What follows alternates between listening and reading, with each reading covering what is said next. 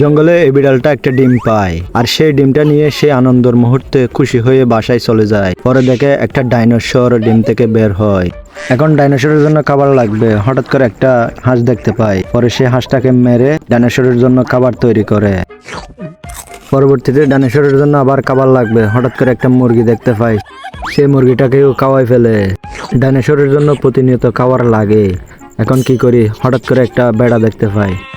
সে বেড়াটাকে রশি দিয়ে বেঁধে হঠাৎ করে একটা ইটের বাড়ি দিয়ে মেরে ফেলে। সে বেড়াটাকেও ডাইনোসরকে খাওয়াই ফেলে। পরবর্তীতে খাবার জোগাড় করতে গিয়ে একটা গরু দেখতে পাই।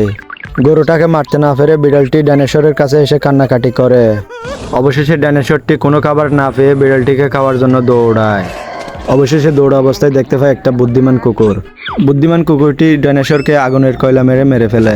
পরে দেখি ডাইনোসরের শোকে কাতর হয়ে বিড়ালটি ডাইনোসরের কবরে কান্নাকাটি করে। অবশেষে বিড়ালটি গলায় পাথর বেঁধে নদীতে ঝাঁপ দিয়ে মরে যায়।